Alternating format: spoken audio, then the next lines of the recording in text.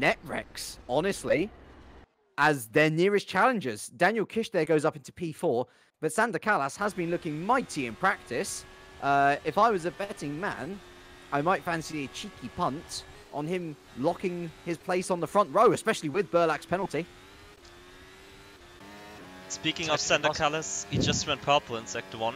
2/10 faster than the likes of Michele in Sector 1. Cam. Who knows? Oh, until the latides come in. We never know. And it actually seems like the top guys have like a couple of tenths advantage to the mid pack, which is not normal. Usually it's like a tenth per driver or a tenth per couple of drivers. So we'll have to see how it comes for the two runs that are coming. It's going to be close here. It's going to be real close. Depends on how this third sector goes. It was a little bit wide there out of the final corner, but it is provisional pole position for the Estonian. Callas with a 26.233. He ekes out majority of a tenth ahead of D'Alessandro. And look at P4 there. Dylan Scrivens in the other Sabema. He's put his car up into P4. People who we don't usually see near the front. They're coming out with beautiful laps here at Suzuka.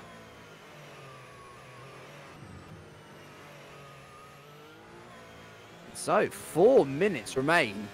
It's Callas from D'Alessandro. And post-penalties, the second row will be Scrivens and Kiss. If you are NetRex team owner, you are possibly readying the champagne corks already, Cam, because that would be an amazing result to be P1 and P4 on the grid.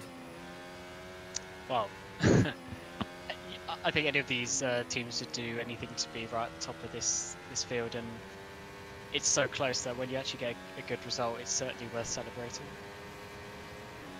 Has NetRex even ever had a pole position before? Oh yeah, must have, because the team owner Ernesto De Angelis was one of the first world champions back in 2001.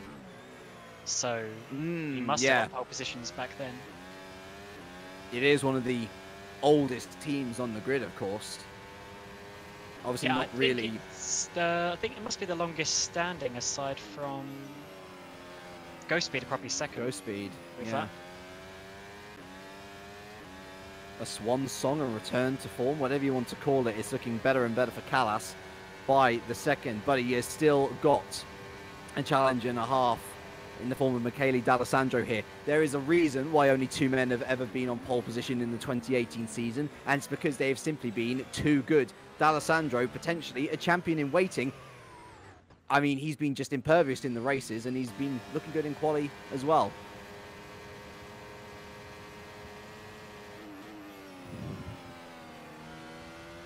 So, final laps to be wound up then. And I feel it's probably best to first have a little look at Martin Gosby here. I think Sander Callas is actually the first one on lap. He's about to complete his first sector. Yep, you're right. You're right. So he's going to make his way through the Deckners. Absolutely flying through there. A really good back marking, although he's off the track. The back marker did well to get... Oh, who was it? Was it D'Alessandro himself, actually? Yes, it was. He did... I tell you what, he did nothing wrong, but it's so distracting to have someone on the inside of the Deckners. I have to say, that is Sander Callas finished as well. He's run out of laps. He will not be able to get another lap in, so... If Michele gets pole here, then that is certainly interesting. He's just winding himself up for this last lap, as most people are. 1 minute 20 left to go. Daniel Kish is on the lap, coming up to the hairpin. P5, he's come back to this championship. I think round 4 in Canada was his first race, and certainly showing that he's still got the talent, having won races in previous years. And in fact, he was the ace champion a couple of years ago as well, if I'm not mistaken. Come around the spoon corner in NetRex, getting the curb nicely, coming second apex again, nicely over the curb, gets on the power, tiny bit of a wiggle, and all the way down this long back straight, building up to one of the fastest corners in the whole world, basically, over 200 miles an hour, and coming through 130R into the final chicane. Very tricky braking zone as it's slightly curved. Chuck it all over the curbs and get on the power. Try and not spin up the wheels. And is that him abandoning this? Yep, it was a really poor second sector, unfortunately, for Daniel Kish. So no first pole position since Bahrain 2016 for him. I'm looking to see who's going to be the next one. On a major lap, though, I think it might very well now be Martin Gosby. He actually took 2 bites of the cherry in terms of a wind-up. But now he's actually timed it perfectly because he crosses the line with, what's that, 5 seconds to go, Martin Gosby? So he is going to have the best of the conditions towards the end. And Michele Di Alessandro, Robin Panzer, both personal bests in Sector 1 as well. Yep. None of them beating out that Sector 1 and Michele, sorry, Michele will get a massive slipstream right now. Just look at this. I think it will be Muhammad Patel, who didn't do a good quality lap because of his penalty, and Michele slipstreaming. He will slipstream all the way through. Oh no, they overdid it. That is why slipstreaming is a really, really sketchy thing, and you really have to get it perfect. They did not there, and that is actually a lap ruined. So it clearly didn't work for him.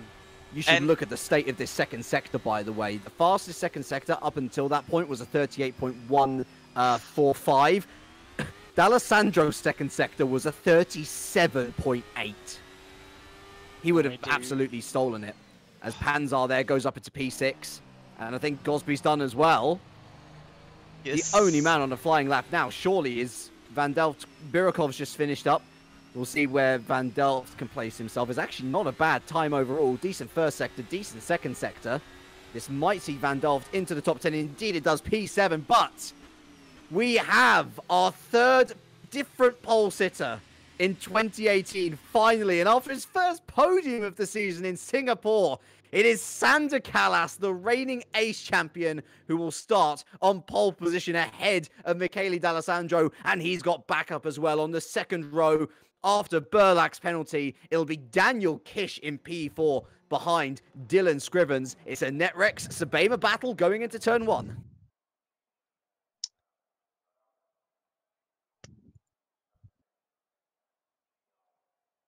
That is incredible.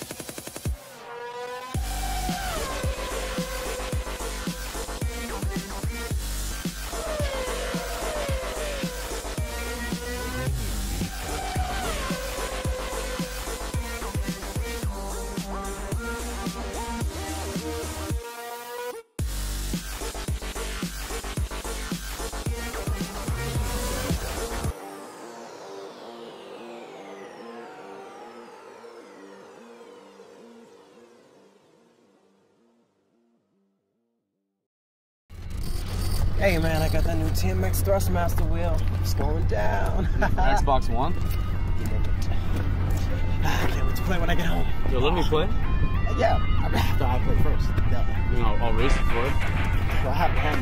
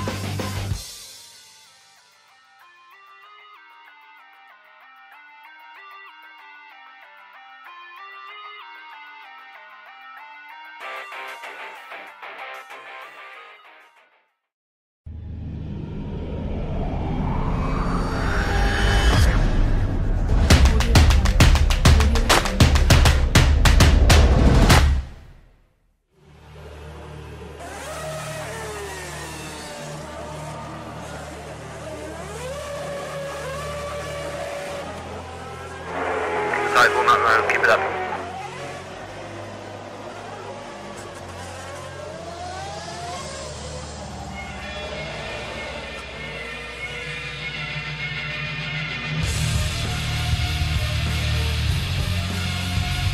Whoa, great!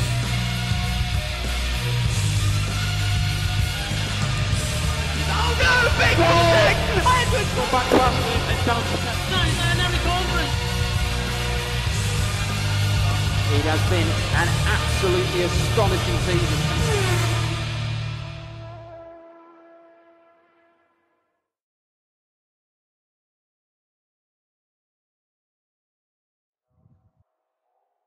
All right, then. Welcome back to the Japanese Grand Prix, presented to you by Thrustmaster, of course, here at Formula Sim Racing in the World Championship.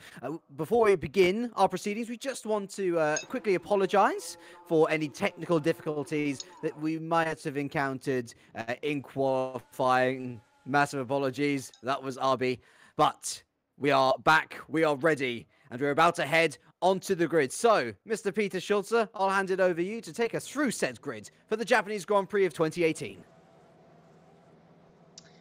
So, we'll have Sander Carlos on pole position here in Japan in front of our championship leader Michele D'Alessandro. Second row, we have Dylan Scriven, who's actually a reserve driver for Alabama, who's the Ace Championship. Then we have Daniel Kish in 4. Behind them are Robin Panzer, who's as well a reserve driver for ACR, and Felix van Delft. Then in P7 and P8 we have Martin Gosby and Sergi Hauras, both from Flag to Flag. In P9 we have Ville Lepala, he's from Flag to Flag as well, and Eros Mascioli in 10. We have Germano Zappala and Manuel Biancolilla in P11 and P12. Behind them are Jim Parisis and Florian Becker. In P15 we have Kirill Birokov and Jos Arenada in P16.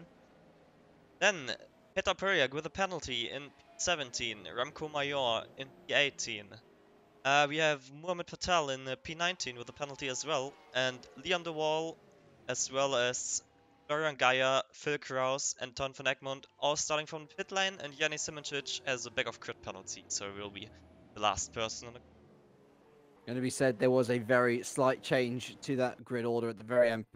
Burlak choosing to have the lap that he set in qualifying removed. So he's only going back a few spaces, but he starts at the back of those cars on the grid, P20 as opposed to P17. So Musto starting from so far back. Jerne Simincic there as well. Good opportunity for Robin Panzer to be scoring points on his debut for ACR in the 2018 season. It's points that ACR so very, very desperately need in a team's championship, which seems to be getting away from them by the race. Just having a little look at the standings now. It is 220 points to 213. Musto to Avicronic. We can count Sabema still in that battle on 172. But Avicronic Racing, they'll be disappointed by the whole half points thing. They could have gained another 12 points on top of the 13 score because, of course, Musto didn't even score a single point in the Singapore Grand Prix. So, one reprieve. Will it lead to another? Will Panzer be able to get in and amongst the podium? Will the Netrexes be able to remain in and amongst the podiums? Will Sander Kallas challenge for the win?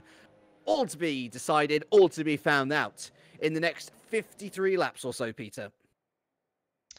Yeah, it will be quite an interesting one. We have a bit of a, I would say, Italian gang right up in front. We have Sander Kallas, who is, well, not affiliated in WC, but not Italian. Yeah, not Italian, but the teams are working together in other series. Then we have Mick and Dylan, basically teammates. Daniel Kish, teammate of Sander Kallas. Then the first ACR, the second ACR at the back. So it will be a hard task for ACR to come back in the championship. They had, let's say, a bit of help from Musto in the last race to get back into it, but this time around they have to fight hard for it. Sometimes a bit of luck is all you need. And for Kallas, all he'll be hoping is that Lady Luck or pure skill shines upon him. Either will do. And he'll be hoping to lead going into turn one. He's up against our championship leader in the driver's standings, though. D'Alessandro champion in all but name at the moment, especially with Simincic so far down the order. Will he further secure that, though? We have 4 and 5 lights illuminating above the drivers. And we are away here in Suzuka. And there's a few people in the back still trying to get away. There's a massive crash, I feel, at the back. And going into turn one, D'Alessandro already pressuring Kallas. But the Estonian sweeps around the outside, maintains that first position. Kish, though, his teammate, he has done well, hasn't he? He's already jumped Dylan Scrivens up into P3. So the pendulum swings. It goes more towards Netrex. Van Delft has had a great start as well. He's up to P5 in the Twister. Panzer still there in P6. Very important for the championship battle. We had an incident at the start between a Musto and a flag-to-flag car, and I think both Mustos came together. Muhammad Patel is definitely missing his front wing. I don't know how much damage Peder got. Yeah, Florian Becker ran into the back of a car who didn't quite get off the line, and that meant that I think it was Peter Berliak got caught up in that incident as well. But I can see that Mohamed Patel's actually got his front wing, it seems, in my view. But yeah, Florian Becker doesn't, and he is not going to be happy with that because there was a car ahead of him who didn't get off the line clearly. But yeah, Peter got involved with that. He's now getting past one of the Invictus cars. But yeah, Musto, P17 and P19 right now. Oh, a rare Cameron Rodgers quote in the first 3 laps here. Usually looking so intensely at everything. Thank you very much for that insight, though. We don't have replays for today, unfortunately, so actually those sorts of sighters are going to be incredibly useful for us on commentary today as we head into the Casio Triangle for the first time of asking and head down the hill, which has caught out so many drivers in qualifying already. None so on this particular occasion. At the end of lap 1, though, it is Kallas that leads from pole position. And he's followed by D'Alessandro, Kish, Scrivens, Van Delft, Panzer, Gosby, Heras, Lapala and Mashuli rounds out the top 10.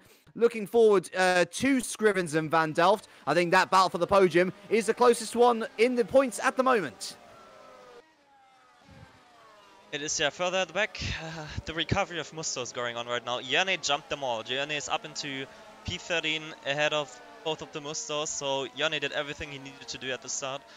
And yeah, basically a recovery try for Jerne and both Mustos.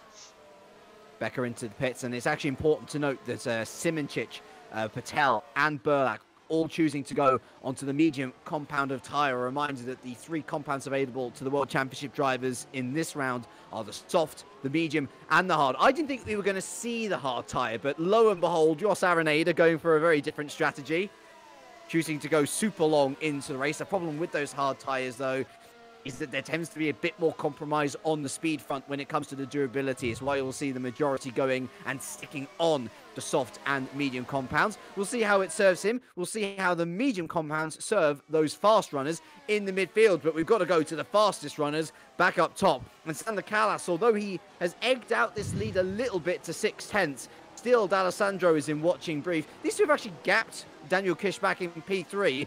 For Sander Callas, I don't think he'll be caring one bit. He's leading this race. He's leading it comfortably. And with D'Alessandro still in that championship battle, maybe there's a thought process going through his head that suggests, why would D'Alessandro risk his car when he can score so many points on his main championship rival? And in the back we have Bianco Lilla and battling with Remco Mayer. Remco Mayer completely off the track in turn 1. Could barely save it out of the wall.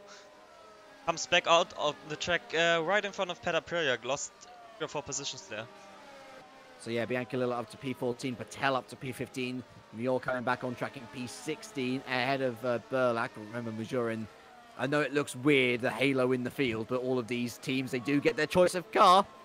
And they're Torrent inheriting the halo car of the early Drillers entry. Callas actually extending his lead out at the front now to 9/10. And everyone just trying to slowly get into the groove of things, Peter. As we've said before, it's a track that requires a lot of aggression to make something happen, but also a lot of patience. You need to choose your moves wisely, and you don't want to throw away a decent result in the first 3 laps. Yeah, exactly. Yeah, I think what we will see at the front is people just staying behind each other. Looking what the other cars are doing, maybe some is struggling more on their tires, saving fuel. I think where we will see more action is down the back. Janne getting closer and closer to Jim Paresis. He will make a move soon. Both Mustos will try to climb up the field. Look at Simoncic, he's already trying to show Paresis that he's there. Will be the first lap with DRS, I think, this time around, so let's see if Janne can do something with DRS, but Jim Paresis has DRS as well, so not a chance for now for Janne, I would say.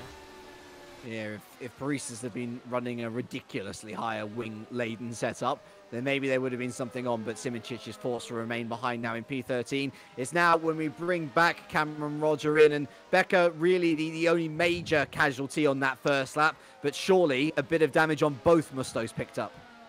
Yes, there was certainly contact being made. I mean, I haven't noticed any necessarily bad damage. But yeah, there's definitely some fairly sizable contact, but luckily they both kept their front wing, because keeping your front wing is the important bit, because suspension damage can't be fixed and you can still drive around it. If you don't have a front wing, then that is basically your race done, because you need to make an extra pit stop. So let's see what they can do. I mean, Simoncic is only sort of 4 or 5 seconds up the road, so in terms of the constructors, Simoncic is probably going to get a couple of points this afternoon if everything goes his way. So Musto really need to make sure they get some points as well, because Panzer up there in P6 for ACR. Not particularly troubling Van Delft ahead though. In fact, it's the Dutchman who's looking to press forward ahead to Dylan Scrivens. He had a great qualifying session to be up there for Sabema, but under a little bit of pressure now for P4 after losing out to Kish at the beginning. Peter, you spotted something? Janne tried to go up the inside of Paresis in 130, and Paresis just said no, and Janne didn't, nearly went onto the grass and into the wall. Paresis going to the inside of the track now. Remember, DRS open, but I think that Simoncic has had a better run out of that final corner. He's going to throw his way up the inside of turn 1, and that was, I think, pretty much secured on exit of that final turn. Simoncic moves his way up to P12. Next on his list will be Sapala, a further second up the road. Oh, and Felix van Dijven and Dylan swapped positions, I think. I'm So that not must sure. have been into turn 1 as well. Yeah, probably. I'm Maybe just Dylan going made back a on my mistake after replay. turn 1, because I thought Dylan was ahead on turn. He wasn't. In fact, Van Delft was through before they even hit the corner. So, we looked at that move. It was about to happen. It eventually came to pass. Van Delft up into P4. By far one of the strongest starts to a race. Maybe a podium for the Dutchman. Maybe. Felix so far this year didn't have the best races in WC, and I know for a fact after broadcasting pro with him, he is not in the best form. He's very old, can barely speak, so would be quite a miracle for him to get a podium with his condition. technically not a rookie for this season, Van Delft. This is his 10th Grand Prix in the World Championship, but he did take part in a race prior to the 2018 season. This is his first full season, though. So any good results are going to be good results noted. That said, Dylan Scrivens, he's not really been dropped that much. And with the help of DRS, he's able to stay within shooting range of the Dutchman. As behind Panzar, P6, Gosby, Heras, Lapala, Mashuli, all still watching brief. And it sounds like someone had a bit of an off moment. Yeah, Dylan nearly lost the car after turn 2, had a massive oversteer moment and could barely save the car before going onto the grass. Able to keep it in one piece, thankfully. I forget, is he South African? I want to say he's South African. Dylan, no, he's actually British, but lives in how did you say, in Portugal? That's what I wanted to say. That's what I was thinking. Like, I'm sure I've heard it. I think I'm mixing him up with another Dylan I know, but I knew there was something about him living in a different country that throws me off.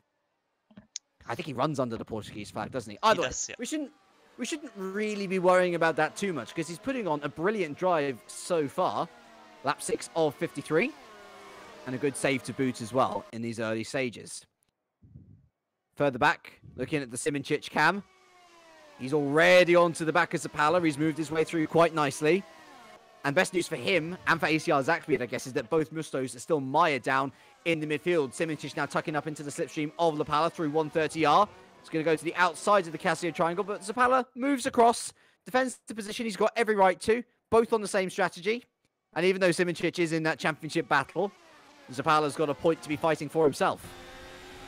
Yeah, but now Simoncic has the slipstream, has the DS as well, turns up the engine, an easy pass for him into turn 1. And behind them, Bianca Lilla passes Jim Parisis as well into turn 1. Good move from Bianca Lilla. Double moves into turn 1 there. And so Simoncic now only one place outside scoring a point. Oh, he's got 2 seconds to make up. Don't forget, I don't think we have mentioned this yet. If Michele finish 2nd or 1st and Janne doesn't get a point, yet Michele has won the championship.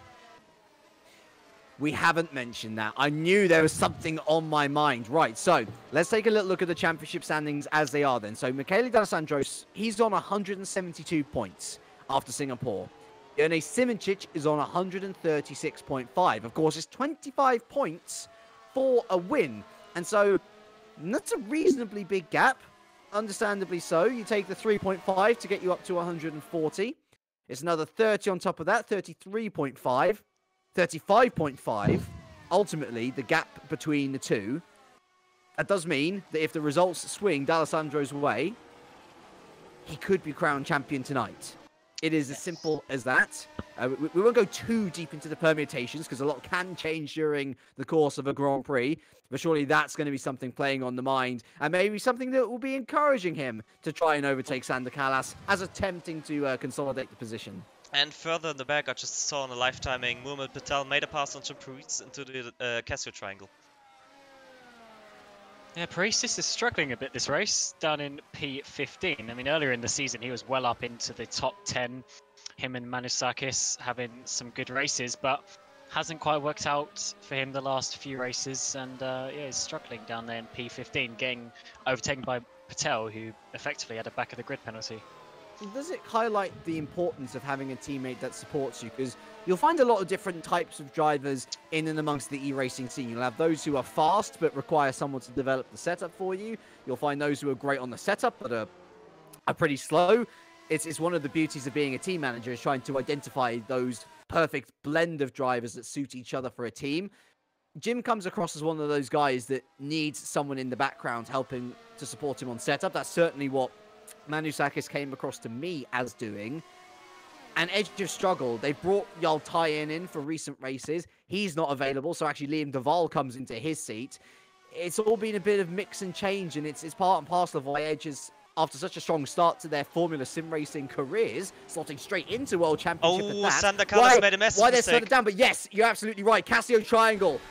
Callas has gone very deep indeed, and that could be the opportunity that D'Alessandro was looking for. However, Danny Kish has put on the pressure in the last couple of laps, and look at this, he's now going into the slipstream of D'Alessandro into turn 1. Callas risks it on the outside, but unfortunately he risks it a little bit too much. And oh, he's still in there, is he? He's just about gonna hold on. Goodness me. That was a close call, and now that's backed up the rest of them. So not only is Alessandro under pressure from Kish, but Kish is also under pressure from Van Delft, who continues his strong start to this Grand Prix. Yeah, This is close. I think Sander struggling a bit with the pressure there, making kind of a big mistake. I don't think Michele was really 100% committed there. I really don't think how he can lose the position back after turn 2. To be honest. So maybe a bit of a tactic to leave Sander in front of him.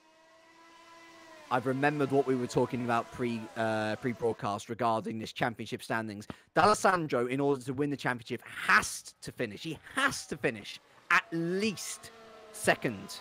It's 18 points for second, 25 points for a win. So obviously, you're going to want to go for a win.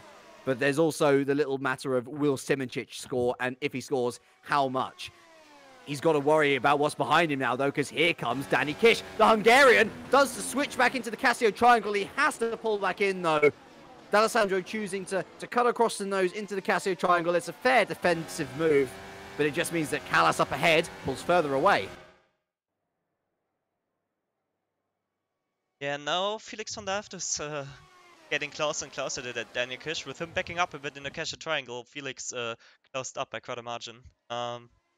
Yeah, we basically have a 6-way fight for P1, because Dylan Scrivens and Robin Panzer both caught up as well. When we're expecting these tough tire runners in, I imagine next 5 laps or so, surely. Depends quite on their strategy. The tyres aren't so critical in WC because there's just how the tyres work out, they're not quite being pushed to their limits like they were to make the 40 laps for Ace and Pro. So I wouldn't be surprised if you see drivers pitting sort of lap 13 to 16. Probably no earlier than 13 if they're doing a 2-stop. I can tell you when they stop. As soon as Michele starts to attack, they will pit within 3 laps. Well, I don't know about you, but he's attacking now. A little bit deep there from Callas as he enters Spoon. And on exit, he goes a little bit wide as well. This will be prime D'Alessandro attacking territory as they make their way up towards 130R. Tucked up into the slipstream, nice and proper. Remember, D'Alessandro losing it here in qualifying. Probably lost his chance at pole position. Callas requiring the assistance of his teammate here. Otherwise, that lead, which he's held on for so long to, which he's really been impressive in leading for, here on lap 11, it looks like he's going to lose it. Yeah, Michele D'Alessandro blasts past with ease. And it was 10 laps of wonderment and excitement for NetRex fans.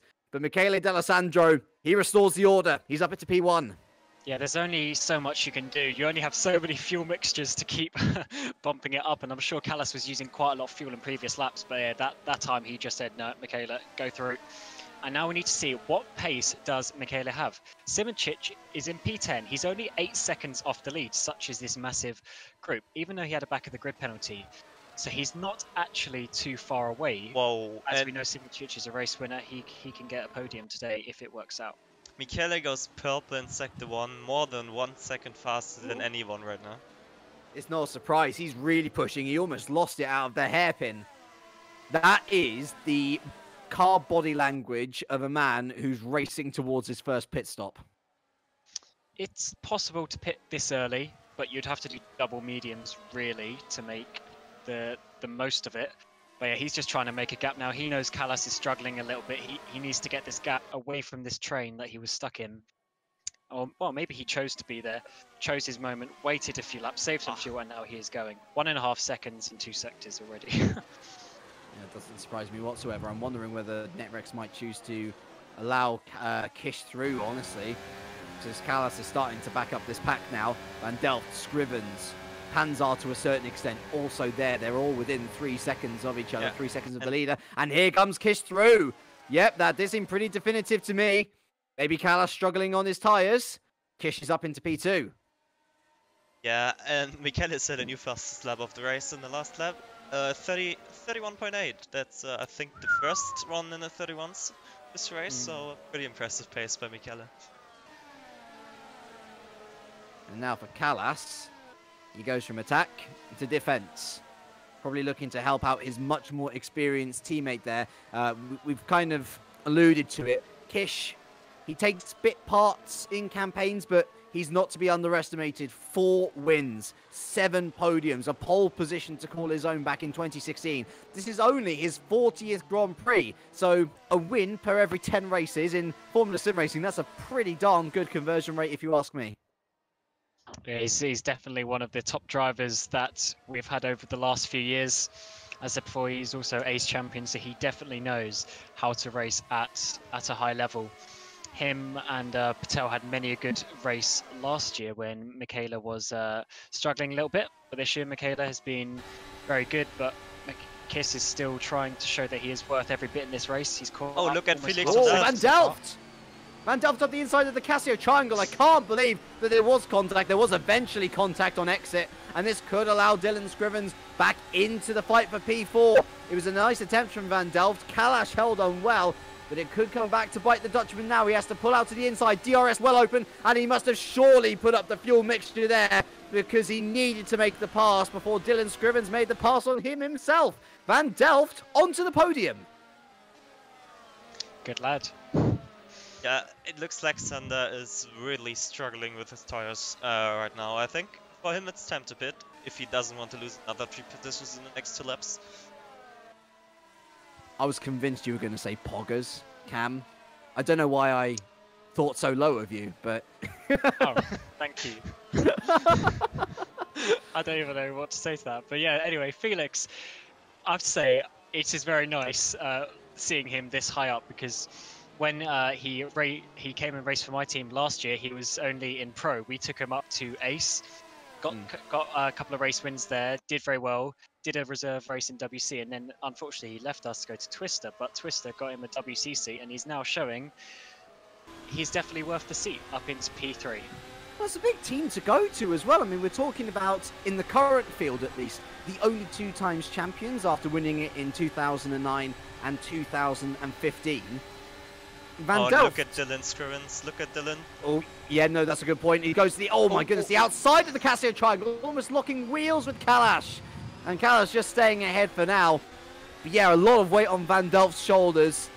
Doing very nicely indeed. And still look at this gap starting to open up once again to Sander. Here comes Dylan Scrivens down the inside. Another easy pass into turn 1. Sander must be getting absolutely sick of the sight of that. But then again, he's got to make these tyres last until the pit stop phase. I'm surprised his engineer hasn't screamed yet, pit, pit, pit. He's losing so much position, so much time right now. At one point, it's not worth it anymore to follow your pre-planned strategy. Is he rather hoping that maybe some people are going for a much more aggressive pitting strategy, perhaps? I mean, to be fair, if they were, we would have known about it by now, surely. Yeah, well, let's see what he does, but I think with his current pace, too late, basically. He should have pitted a few laps ago to go a bit to damage reduction mode, but let's see. I agree with you, honestly. I agree with you. There may be a master plan at work. And you know, we don't know. That's the beauty of a Grand Prix.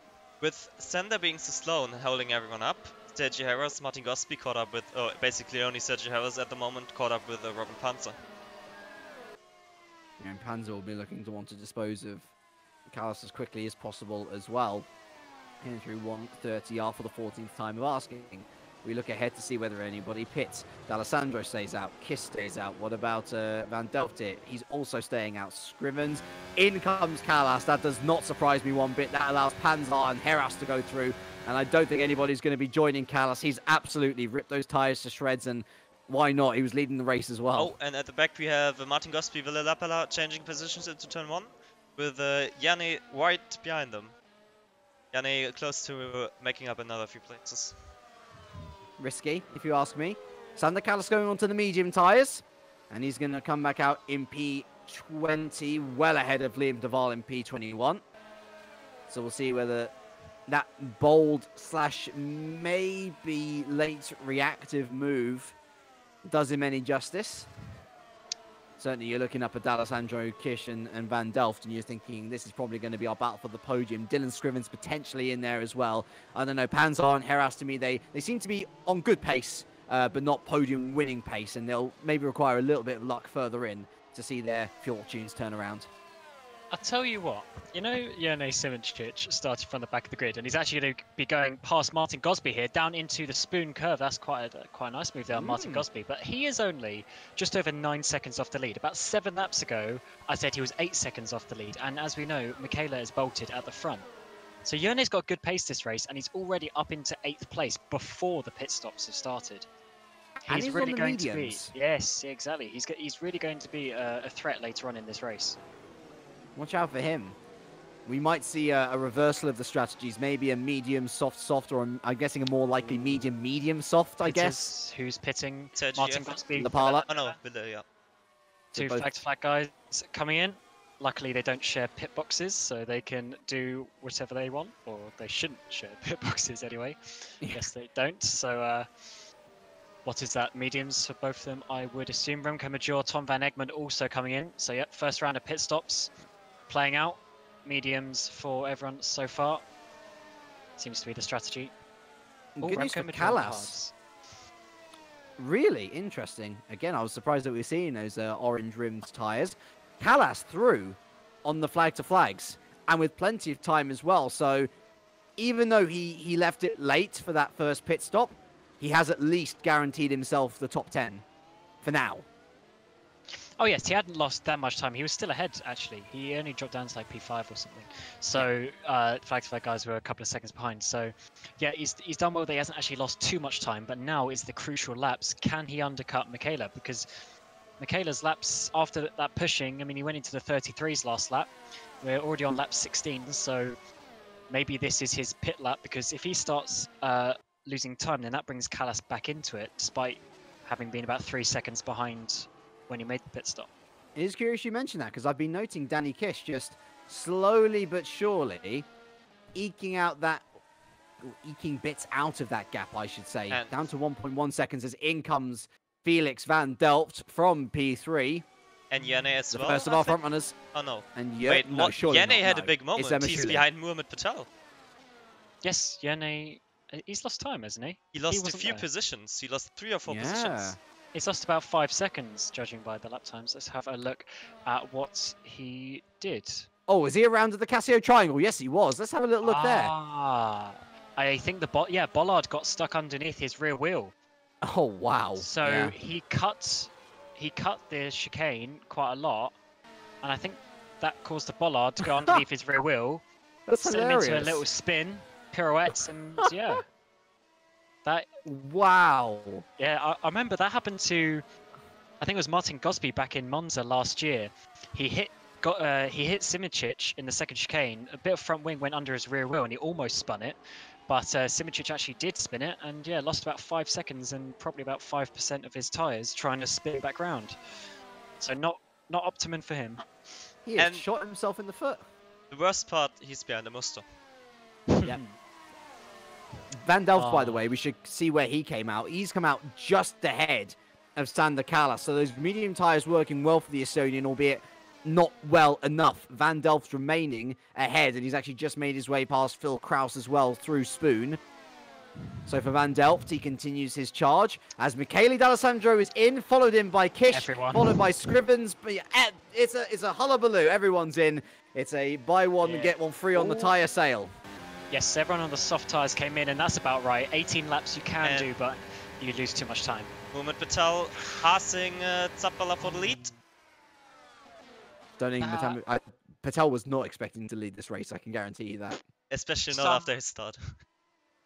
Some interesting things happened in the pit lane. I'm just going to see. I think there's some issues with the pit boxes. Oh, maybe not. No, it's just very close with everyone going in and out of the pit box at the same time. But actually, no one lost any time, so it's all good. They are where they were. Dylan lost out to Sander Callas, though. He did, and not only that, but Robin Panzer lost out to Martin Gosby. Oh, and to Sergio Heras, and to Ville Lappala. Yeah, it didn't seem like it, but I think there was, just some interesting maneuvers where people had to get around each other depending on where their pit lanes were, and the pit lane's actually quite wide here, but seemingly wasn't wide enough for some of those drivers, and they seem to have lost some time. But yeah, Ville is right behind Dylan Scrivens now. Felix von Delft is getting held up by Kirill Birukov, which means Sander Callas is right up there. He's already made one move through Spoon, Van Delft, and he's going to chuck it up the inside here. Birukov carries enough speed through Spoon, though, so the Russian stays ahead, and now there is Sander Callas right on the back of Van Delft, heading up towards 130 yard. Going to take this opportunity to make hay while the sun shines, use some of that slipstream, maybe save a little bit of the fuel. Here goes Van Delft, though. He wants to get past Birukov as soon as possible. Goes to the outside. Birukov defends, though. Stands resolute. And that could be bad news bears for Van Delft as we're heading into the DRS zone. Further up ahead, I actually noticed D'Alessandro getting past Bianca Lila. Behind, here comes Van Delft. He is through, and there goes, oh wow! Goodness me, that was super close from Sander Callas. He actually not only had to back out from the move on Van Delft, but he had to get in behind Birukov as well. I'd say that was a smart move, Sander. Just save your car. For Van Delft, he needed to get that move done. He is up into P9 on track. When it comes to the next state of things, I think it's pretty much remaining P3 behind Kish and D'Alessandro, about 15 seconds for a pit stop. So I'm looking at Patel, and I'm thinking he's probably going to be coming out around P15 or so once the medium guys come in. You know, this is helping extremely that this group is held up behind Kirill Birukov and Phil Grouse. Muhammad Patel and Yannis Simic. Was that? Bianca Lila. Oh, it's Bianca Lila. Wow, I thought that was Felix Van Delft. Yeah, Bianca Lila had a bit of an issue there. Got his teammate coming past him now. And that is not going to help him at all because he's trying to do an alternate strategy. There was contact. There's contact again. Birukov had contact with Sander Callas and then contact with Dylan Scrivens. He's getting absolutely mugged as D'Alessandro makes his way past. One with three wide on the back straight, Sergio Eras and Phil Kraus, and I think it's someone's on the grass. Is that Martin Gosby on the grass as well, trying to follow them through? And yes, Sergio Eras and Martin Gosby get past the Breslin and the Invictus car all in one. A bit of a ballsy move there from Martin Gosby. Had smoke coming off his tire from the grass. Again, Panzard, the only one really losing out. He's not made his way past, although into the pits goes Birukov now. Oh, Sander Callas made an extremely late move onto Manuel Bianca Lila. It was millimeters from pushing Bianca Lila off the track there. Bold moves all across then. He's now 7 seconds behind Michele D'Alessandro at the start-finish line. Such is the way how the pit stops has worked out, and some traffic has got in between. And now it's only Jim Paresis who's in the mix of these leaders. And yeah, it's really helped them because Kiss is also now, 5-6 seconds ahead of Callas as well. So it seems like Kiss and D'Alessandro really got away with that. And Dylan Scrivens on the inside of Degner 2 gets past Manuel Biancalilla, who is now down to P11, hasn't stopped yet, with Villa Lapella right behind him now, coming up to Spoon Corner. Can he make a move like Felix Van Delft did on the inside note? A bit of contact there as the track kinks. Villa round the outside. Can he make that stick?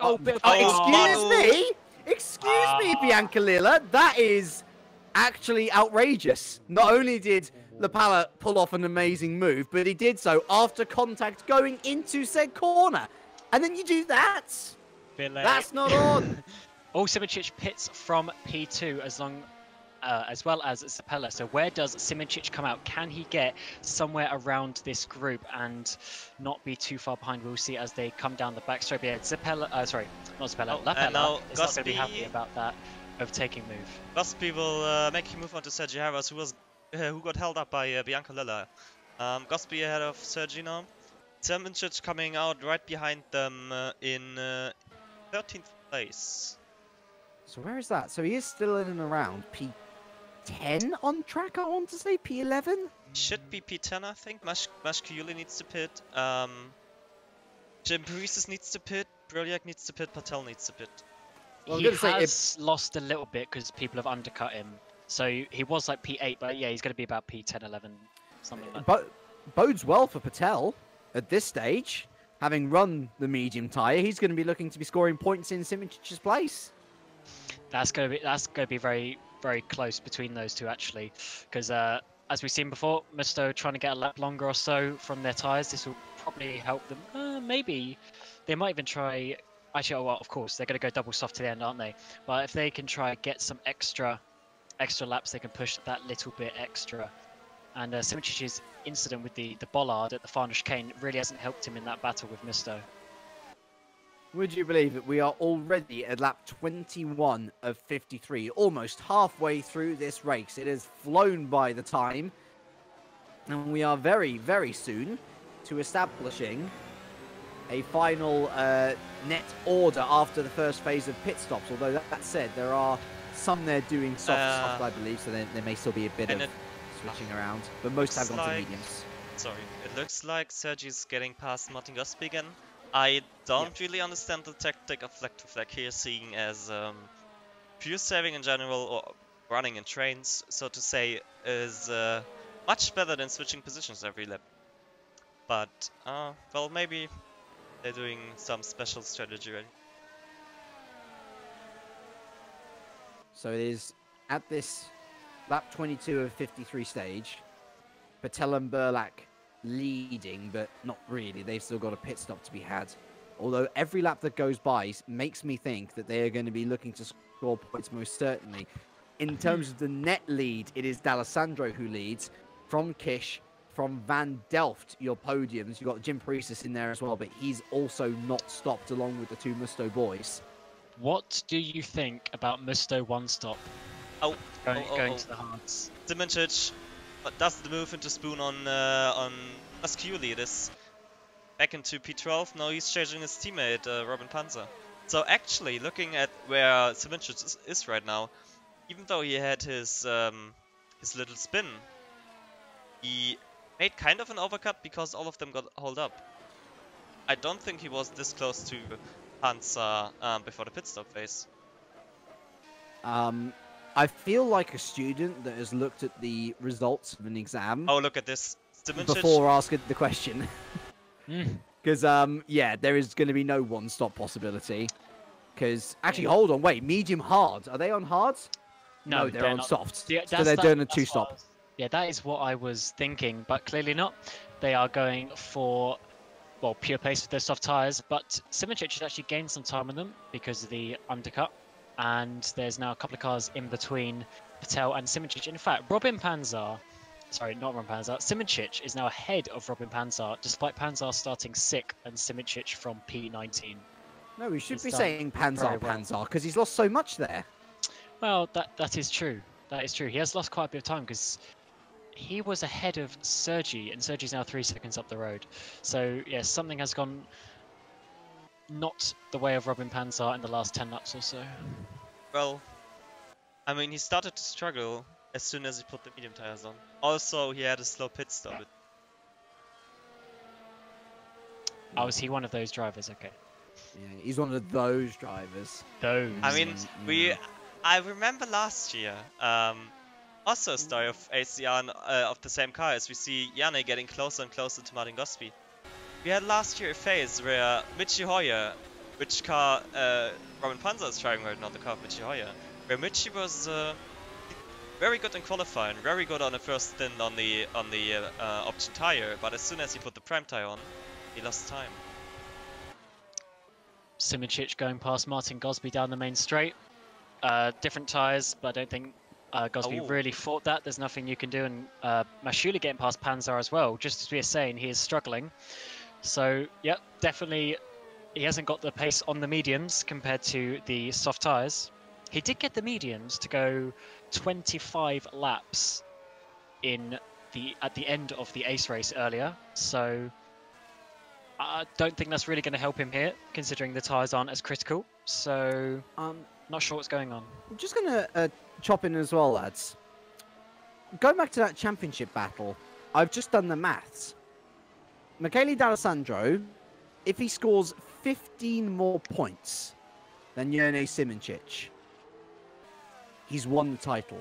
Because that would extend the gap out to 50.5 points. Now, Michele D'Alessandro currently is scoring the maximum 25, which means that we now have a target for Simicic. He needs to finish 4th or higher to stay in the championship hunt. Because if he finishes 5th, that's 10 points. And that will give D'Alessandro the 15 he needs to secure the title. Mohamed Patel getting really close to Robin Panzer. I don't know, it looks... Panzer lost a lot of pace. He's doing, well, going over 1 second slower than the last, which he could follow pretty easily at the beginning. He's nearly 2 seconds slower lap than Yannis Simoncic right now. He looks like a man, Cam, who hasn't practiced on the medium tyres. Because there are very different attributes to them, aren't there? I mean, I found this out in the pro race earlier as well. I just didn't gain as much time as other people did after they made their pit stop. Because obviously as you're going through your stint, even though the fuel load is going down, your tyres are wearing, and it's at a roughly equal level, so your lap times stay similar. As soon as you put on the next set of tyres, which in this case is the mediums, you should be going a bit quicker. But as I found, and as some other people are finding, I'm just not gaining quite as much time, because they are different. You have to drive them slightly differently, and actually Panzer I'm about to say pushing off Mohamed Patel, because there's not quite enough room there for Patel. But he is obviously not finding that extra time on these mediums at all, but Patel is on the soft tyres that he's trying to defend now. And I wouldn't be surprised if they're telling him to hold him up because of the Constructors Battle. Oh, I thought Panzer would cut him off completely there. Side by side in the 130R. Wow! He is absolutely trying to keep this position because he might as well. But Patel has got the extra grip, and he is obviously the reigning world champion. It is Mohamed Patel, so he has just a tad bit of skill to his abilities, and now he's going down the inside of Panzer into turn 1, nice and easy, DRS, and that is Patel back into the points. Can Musto actually get some points? That would be Further great. up, though, look at Simoncic. He just made his way past Sergei Herast as well. Only 2 more positions, and he guarantees himself a chance to bring that championship to another round. Dylan Scrivens is Michaela's teammate, both today and in Ace as well. Dylan is a Sabema driver in Ace, so he's going to be doing everything that he can to help his team out and his teammates out, and I'd be surprised if he doesn't fight this fairly hard and make it fairly difficult for Simoncic. Oh, and you know who's flying right now? Hetta Briliak. He did a 30.9 in the last lap, going 1 to 1.5 seconds faster than anyone on track. A reminder that the team's championship currently separated by 7.5 points. So currently, looking very good for ACR Zach Speed, actually. They could be looking to overtake Musto. Yeah, this is certainly one of the races that they need to take advantage of now that they are in this position. But currently, Panzer not getting any points now that Patel has got past. Everyone is on the same pit stop strategy, so he actually needs to overtake people on track. Simoncic is so far up the order, though. He's got P4 in his sights. He does. But that is the making of a potential world champion that Simoncic is. He's one of these drivers who, as he's shown a couple of times, you can have a bad qualifying or a penalty in qualifying and still get it back to the top. And that is something that Simoncic is doing, and Panzer, unfortunately, is now 6 seconds behind his teammate. It has not worked out well for the Swede in this second stint. Lap 27 of 53, now well and truly halfway through this race. D'Alessandro leads from Kish, from Van Delt, who is 2 seconds ahead of our pole sitter, Sander Callas. He's been able to recover well after a really tricky first stint. Doing a little bit better on those medium tyres. The rest of your top 10 rounded out by Scrivens, Simoncic, Heras, Gosby, Mashuli, and Patel, resurgent from the back. Speaking of the Englishman, on the back of the Italian Mashuli, looking to move his way up the order as swiftly as Simoncic did a few laps earlier. Yeah, soft tyres should be very good for Mohamed Patel. As we saw him getting past Robin Panzer fairly easily. He should be able to get past Eros Mashuli. In fact, he might even do it here down into 130R. Yes, he obviously used the slipstream using some fuel mixtures, bumping up the power for a few seconds and making the move. And Berliak behind is very close to Panzer now. I need to go onto the home straight, I think. Dylan Scrivens versus Yerny Simincic. Yerny Simincic with the DRS. There goes Scrivens on the defensive. Simincic going to try and go completely around the outside of turn 1. That would have been incredible if he'd pulled it off, but no. Oh, a little bit of contact because Simincic still has a bit of a lip there. Up the inside of the S, and no contact. Oh, there's a front wing gone. And there goes the front wing, and that might well be championship over. Honestly, I don't think that was Scrivens' fault. I think that was Simincic trying too hard. That is going. I can already see what's going to happen post-race, but that is going to be talked about for quite a long time after this race. Simincic, he needs. Well, this is actually an awkward moment because he can't really get to the end on the mediums from here either. So, that is not good for his championship, and that might well be championship over because he, as you said, he needs to get P4 in this race, and it was looking like it.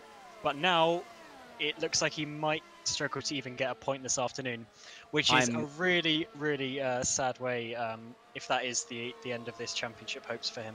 I'm looking at the replay here. I'm on board with Simincic, and he mounts the curbing, and that curbing spits him into Scrivens, which then Simincic into a spin, into the wall, loses his front wing. He should have realised that Scrivens was going to defend that. And defend it he did. He left him enough room. I'm telling you for certain now. Yes, this is probably one of those moments where Simincic, what's the word? Sort of overcompensated for the situation. Probably trying a bit too hard. And we've seen a hard-fought battle there between Petr Prelec and Robin Panzer into turn 1. Robin tried to squeeze Petr Prelec onto the apex, onto the curb of turn 1, which meant that he was running so well that he went off track. Nearly crashed with Petr there. Petr had to go back out of the move to not make contact, and then Robin paid for it by going out of the track and losing position. From lots of points for ACR to no points to ACR and a potential double score on the cards for Musto. How to implode your championship 101. Simincic retires from the race, DNF. Oh, that's it? Yeah. That's it? He has given up. Michele is, Michele has to finish first. Yeah, he has to get points still because he. No, you are right. Yes, he needs to extend the gap by 15. Yeah, he still needs to be 50 or more points ahead of Simincic because two races left is 50 points. The maths is simple. He needs to finish on the podium. That's all he needs to do. 15 points will secure it for him. But to be fair, looking at the form he's in, unless there's a tech issue, unless there's an unknowing back marker, you'd be an unwise man to bet against it. Yeah, Michele has done so well this year. The only mistake he has made is his drive-through in Spa, so I'm sure he's just going to take it slightly easy now to finish these last 24 laps. I just noticed there Burlak making his way past Mashuli there for P9 and P10. Goodness, what a way to end the championship, huh? What a way. Yerny Simincic, he joins Phil Kraus and Liam Duvall as our third retirement of the day. We're sorry we didn't cover those earlier retirements for you, but that was a championship deciding few laps and worth covering in earnest. Next on Burlak's hit list will be Martin Gosby. Give credit to these Musto boys where credit is due. They have kept calm despite a tricky start, despite potentially picking up damage at the start. They are moving their way through the field beautifully. Yes, they are. I was just looking on board with Petr there because both Musto made moves there earlier, but was saving a bit of behind Martin. What most of these usually does, so I think he's preparing for the S-Pass. Saving more fuel there through 130R. Mashuli not really a major threat behind, especially with DRS on this straight now. Mashuli is there, but he's also on the harder compounder tyre. Burlak tucks it to the slipstream. DRS will be wide open. Gosby does not have the same advantage. And look at that, eases past Petr Burlak. It's now a Musto 7-8. Oh, Martin. Oh, hello. Bye-bye, Martin. Full way drifting through there, gifts Mashuli the position, wrecks his tyres down to P10. You know, we've talked a lot in the last race or so. Martin always is at the front in the first stint, and then has a bit earlier to use other tire strategies. And you know, moves like this won't help your tire wear, Martin. Absolutely. Martin has had limited practice as Also, well, because his wheel died. Yeah, he didn't get it back to a couple of days ago, so he was not 100% feeling it for this race anyway. Talking about wheel, I've also heard a few minutes ago from his race engine that he has wheel problems again. Again? Oh, really? He literally just got a new one sent to him about 5 days ago. So that is unfortunately for him. He's going to have to sort that out after the race. But currently he's still got a points paying position with Robin Panzer behind him, the sole ACR left in this race, trying to get at least something for the Constructors' Championship now that Musto have a double top 10. Obviously, points only go down to 10th place in the World Championship. This could be quite important for ACR, with only 2 races remaining after this. I tell you what, we should be expecting our soft, medium runners in pretty soon, right? And there we go, Robin Panzer there completing the move into P10. But yeah, it seems about time for the next pit stop phase in the next 6 laps or so. To be honest, I think most of them will soft, medium, soft, seeing as they did around, I don't know, what was it, like 15 or 16 laps on the softs? Yes.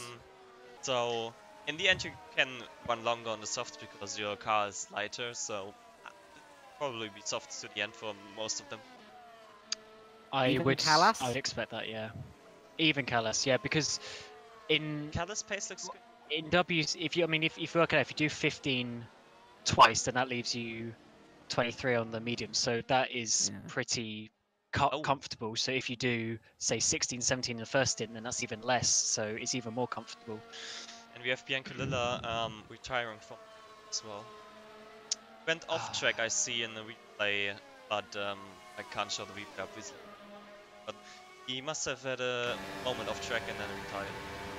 Would not be surprised to see him come under the scrutiny of people who decide. Well, Mohamed Patel going down the inside of Sergio Harris into the final chicane, trying to Sergio giving him minimal room on the exit, but that is just about fair. And yeah, Patel using these soft tyres really good. This strategy worked out on the mediums. They barely lost anything in that first stint, and now on the softs, they're just getting past all these medium runners. Can he go around the outside of Sergio Harris? Yes, he can.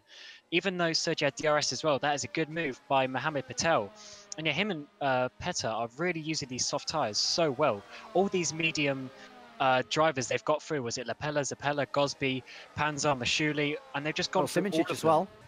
And Simic, yeah, they've just gone through all of them, and Patel is now up into 6th place. This has been a very, very good strategy call from these Misto guys to use that medium tyre first, and they're now using the soft tyres to gain all these positions, which is very good.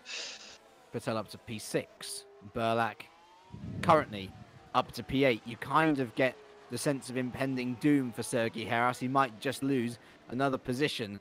Next for Mohamed Patel will be Dylan Scrivens, though I think that Dylan Scrivens will be wanting to keep up this strong defensive record that he's trying to establish here. Okay, Musto and Sabema, they help out a lot, but Dylan Scrivens, he's got his own case to try and bring to the table as well. He wants to be considered amongst the top brass himself. Yeah, I wouldn't be surprised if he doesn't make it difficult, but technically by the rules they are allowed team orders between sister teams, so there could be some sort of manipulation of the positions, but to be honest, I don't think there's any reason Patel's going to get him here. He's very much close enough if he uses some DRS and fuel mixers, and yet Dylan makes it not exactly difficult, but that is a position for Mohamed Patel. Up into P5 from the back of the grid after his penalty for spinning Michihaya last time out. So not bad at all, and I'm sure Petr Beliak will be there in a few laps time, but he's still got to get past the flag of Sergio Harris as well. So here's the question now that I want to ask. Mohamed Patel, podium? Well, or is it a bit too much? He's 6 seconds to Felix. 4th, potentially, because we know Callas is struggling a little bit. With Felix, I don't know, because Felix and Twisted are own entity, different team, so they can't let Patel through. So I would say Felix should fight that, because I mean it's his first. Oh. It would be his first podium. I am not arguing that Felix should fight that. He should fight that tooth and nail. Oh, of course. It's kind of tragic either way, though, because I think it would be a very popular podium for Felix to take his first. At the same time, what a comeback drive from Mohammed Patel to take a podium from where he started. Shows just the talent that he has got. Is this Burlak? Oh no, Burlak decides not to go down the inside in front chicane like Patel did, but I think Burlak's now going to get past Sergi Aras here. Unless Sergi still has DRS from ahead, which no, he doesn't. He's just gone out of the DRS zone. So I think ahead of Burlak. Yep, going down the inside. Easy. On those softer tyres. Nice and comfortable with the DRS. Sergi Aras still doing pretty decent in P8. Musto picking up points like Easter eggs in an egg hunt. They are absolutely loving it. 5-7 now for the Musto boys, the current team leaders in the championship. Heras then down to P8, followed by Mashuli and Panzar, your final point scorer. A good 2 seconds ahead of Martin Gosby as well, who's really struggled in the middle part of this race. How many times have we said that throughout 2018? And so now, I guess, we next look to Sander Callas, the man who started on pole position. He's not really been dropped too much by Van Delft, but he's going to be looking behind him very soon because Mohammed Patel is on a charge.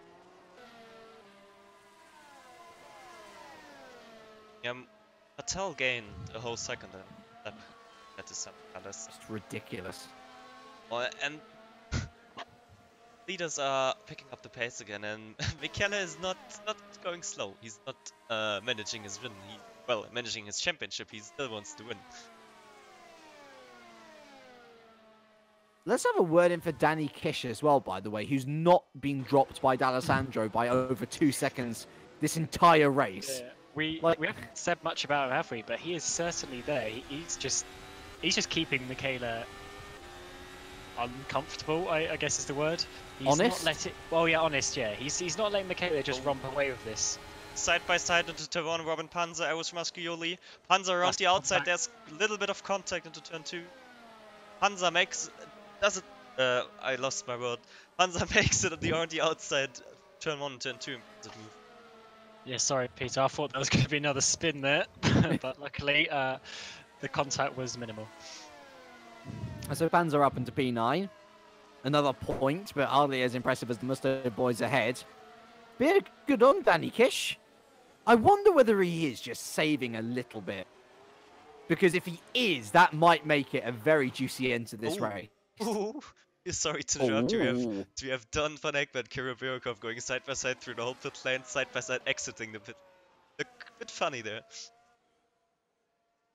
Russian comes out in P17, a hot lap. Actually scored decent points in Singapore, must be said.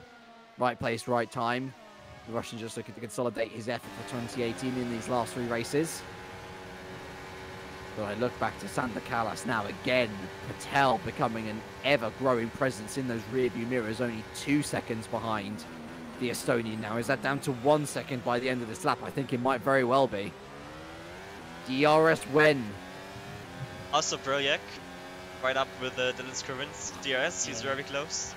Oh yeah. Yeah, this is going to be another nice, easy move. Dylan's not going to make it overly difficult for his sister teammates. And even so, Dylan, ace driver, hasn't exactly raced many races this season because of his real-life schedule, but he's up there in P7 in the World Championship, and I believe this is his 3rd WC race ever, maybe 4th. So that is not too I bad. might have the. This is his 3rd ever start. Yes. So that is pretty good showing from Dylan. Bear in mind he was in Pro last season. Such as Robin Panzer as well, who's also in P9, but certainly Dylan doing a good job. Ironically enough, can't be called a rookie because he took part last year in 1 race. Yes. What race did he do? Brazil? It was Brazil, yes. Yeah. So very much one of the newer lads onto the scene of Formula Sim Racing in the World Championship, but regardless of whether he let people through, or if he's not going 100%. If he's not going 100%, that's a very good sign. Because, as you say, Cam, he is right up there in P7. And let's back up Sander Callas, yeah. Yep. Battle on as Danny Kish is in, trying to perform the undercut on D'Alessandro. I like it. This is Danny Kish saying, I want to win this race.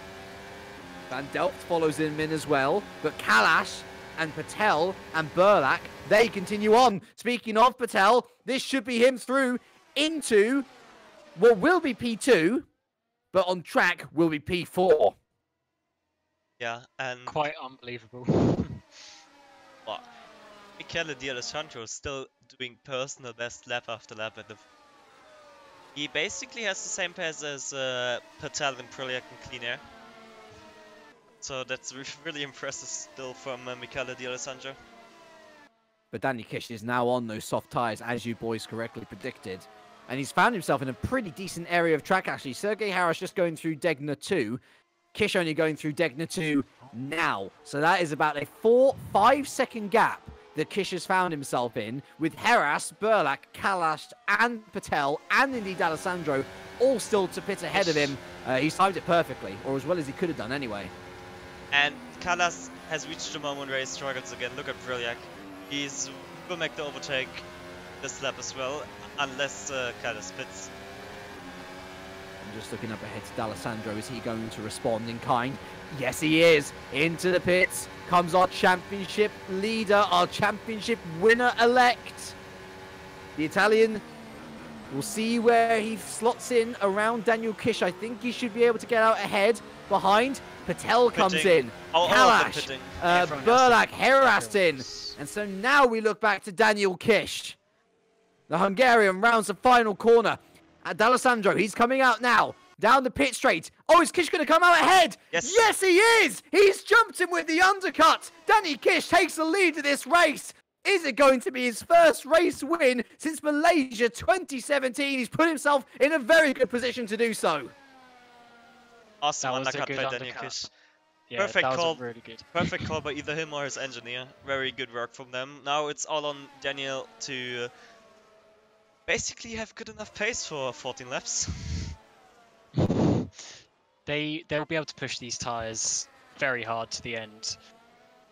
And if you're Michele, well, if you were anyone, you would think just get the points, but you want to win the race that you win the championship in. And he cannot afford to over push and not finish on the podium, because then that just adds extra pressure to the last few races of the season. He's got it in his hand. Felix is some 8-9 seconds behind, so I really hope for Danny Kiss's sake that Michele doesn't make this overly difficult, because it would be really nice to see Danny win this race. So we're into the final stages now of this, quite frankly, enthralling, thrilling Japanese Grand Prix at Formula SimRacing in the World Championship, sponsored by Thrustmaster. We have a battle for the lead, Kish versus D'Alessandro. We've got a battle for third, Van Delft versus Patel. We've got a battle on for fourth as well, fifth I should say, Scrivens, Kalash and Burlak. Speaking of which, almost going into the Casio triangle there. Burlak on Kalash. He says bye for now. Watch out for Sergei Heras in there as well, looking to pick up a few more points off the back of a really great Singapore Grand Prix. Mashuli and Panzar round out your top 10, as here goes Burlak now. P7 on P6. Is he going to dive to the inside of turn one? Yes, he is. But Kalash, he holds on around the outside. He's going to have the traction as well. He's got a fresh pair of boots alongside Burlak, and the Estonian holds on for now as Dylan Scrivens tries to scurry on up the road.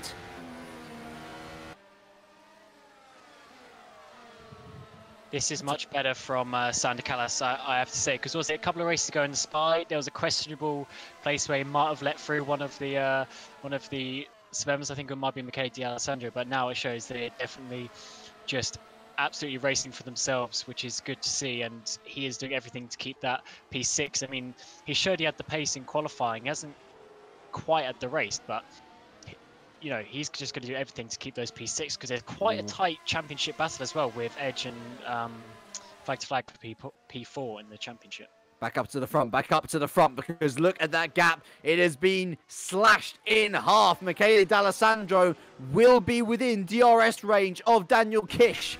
once we head on to lap 41 of 53. Down the hill. And it is Danny Kish who still leads. Is the gap going to come down even further? Surely it is. DRS wide open for D'Alessandro. No attempt to move on this lap. But I think it's a case of when, what, rather than if or how now. And look at Sander Callas. He will make the move on Dylan Scrivens on the main straight into turn 1. Or around the outside. Go on then. Whoa. Definitive. Emphatic. Sander Callas we were used to seeing last year. He makes his way back up into P5. Yeah, it's good to see. It's good to see. That was an awesome move. He just turned in and said to Dylan, "Yeah, you're braking, mate. Thank you." And that is the position gone, and he's up into P5. Patel is up the road, so this is probably the best that Callas can do. But if Scrivens seemingly not quite as quick at the moment, this could be good for Callas. Yeah, actually, talking of Patel, he's not been able to eat much into that gap that Felix van Delft has been building over the 3 quarters of this race that we've had so far. So looking better and better for the Dutchman by the lap. We've got to go back up to the front, though, because once again, the gap remains between Danny Kish and Michele D'Alessandro into the Casio triangle. Michele D'Alessandro, I feel, going over those pretty aggressively. DRS will be wide open again. Lap 42 of 53 we go on to now. Closes. And this is kind of what I was saying, guys, was Danny Kish saving a bit of fuel at the end of that second stint? Because if he has been saving fuel, now would be the absolute premium time to, utilize it.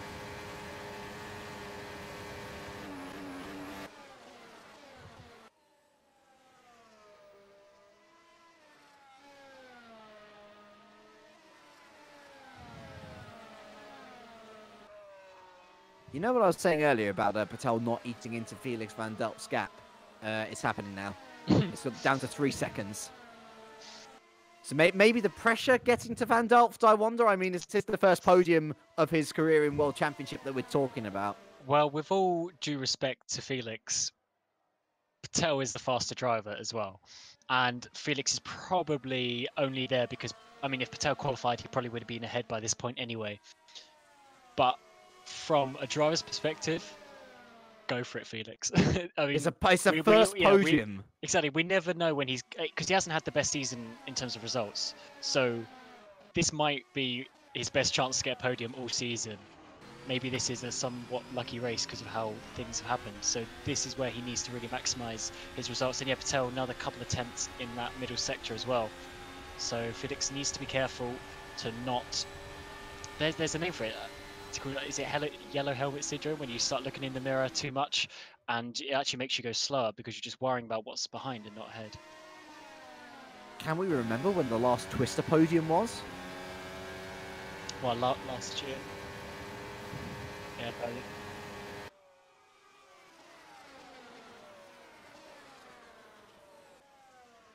Yeah, Petr Beliak, P5, that was going to come for the last 20 laps since he put on those soft tyres. And that's a good job from him up into P5 from the back of the grid. And yeah, Serge Harris looks like he's possibly going to get past Dylan Scrivens in the last few laps. So Beliak up to P5. Callas down to P6.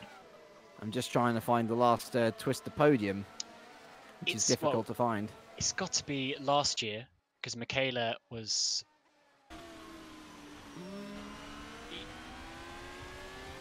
Trying to think of how the races ended. I mean, it definitely was last year, because it wasn't this year, for sure. But which race was I'm not sure.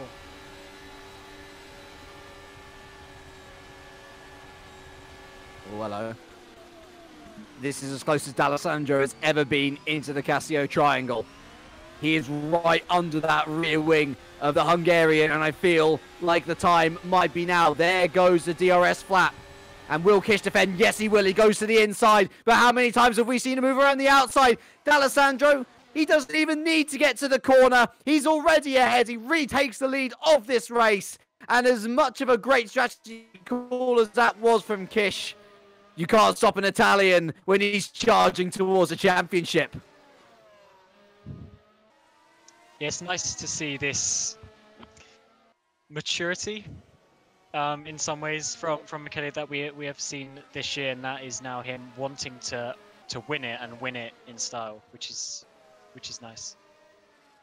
And so that should be done, unless there is a last 10-lap hurrah from Danny Kish. We now look back to the battle for P3 and to Van Delft, who is only now 2 seconds ahead of Patel.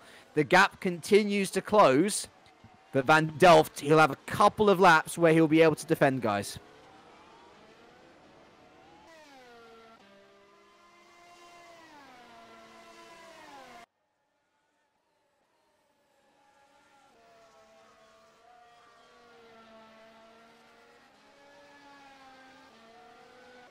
.29s. That's pretty quick. I don't think we've seen any 29s so far at all this weekend. That is pretty hot pace from Peter Berdak. Already won a couple of races this year, back in Spa and Monza, and clearly wanting to try and win this Constructors' Championship for Musto with some nice results here as well.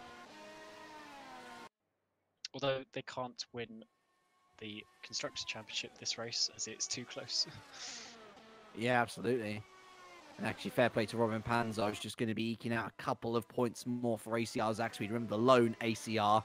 As things stand, D'Alessandro does confirm win the Drivers' Championship, though we still have a good few laps to go yet.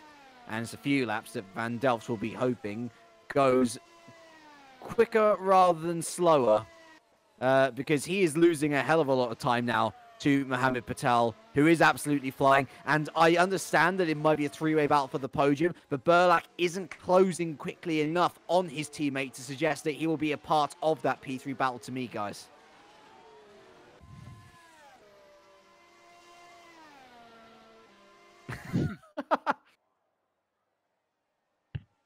Well, maybe he just had a pushing lap. You can't push every single lap because the tyres will just die. You have to push within limits, and maybe he was just having a hot lap because he had a free lap and he had some fuel.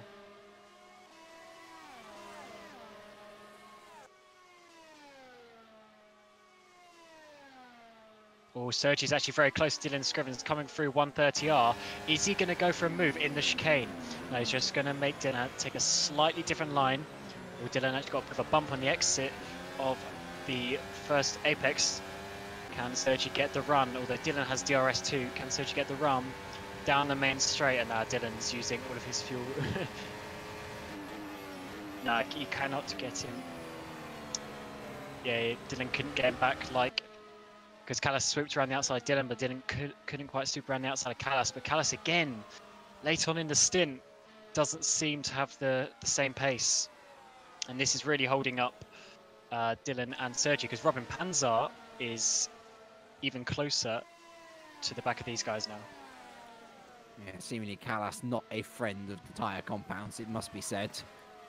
Losing ever more time to the guys ahead, although it's more behind where he has to watch out for. Sergi Harris, of course, not really looking to better that best ever finishing position of P5 last time out in the Singapore Grand Prix, but looking to consolidate what has been a very good run of form for the Spaniards. He would be looking at his third consecutive point score in a row after he only scored twice previously this year. And he's got Dylan Scrivens now to try and get past, maybe Sandar Callas as well. P6 would be a lovely result for the flag-to-flag engineering driver. Down towards 130R we go then. I do see that gap between Van Delft and Patel continuing to dwindle, but we will stick with this battle for P6 at the moment. Heras choosing not to make his move into the Casio Triangle, but he will have all of the DRS available to him down the main straight. But again, it's a compounding problem. Callas has given Scrivens the DRS as well, so he kind of needs the Brit Portuguese driver to make his way, or try and attempt to move on Callas first before he can try and attempt something himself.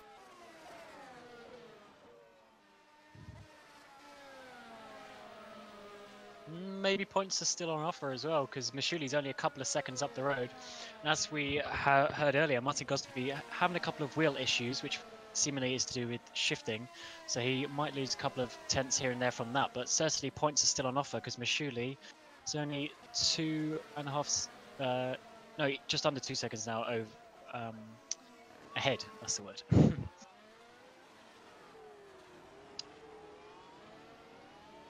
Robin Panzer?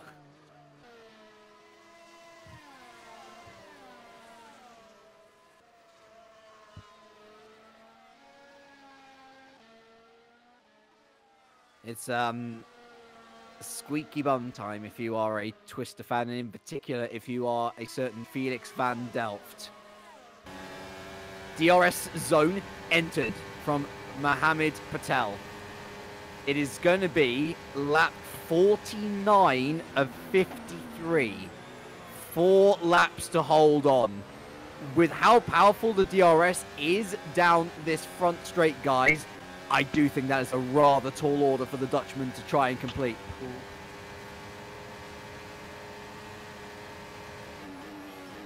No.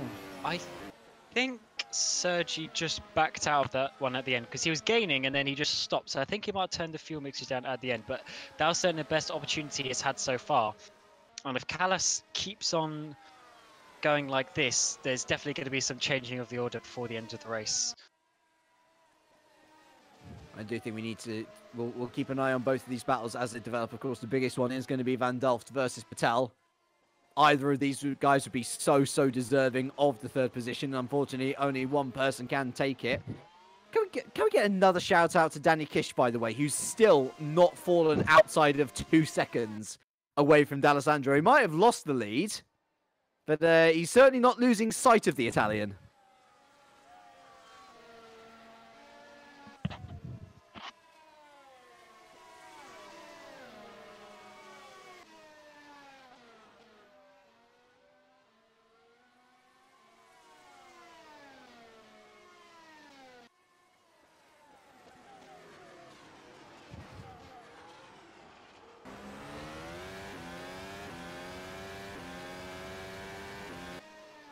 Now, really, the question is, how much fuel has Van Delft been able to sort of store away over the entirety of this Grand Prix? He has been in a lot of no man's land, to be fair.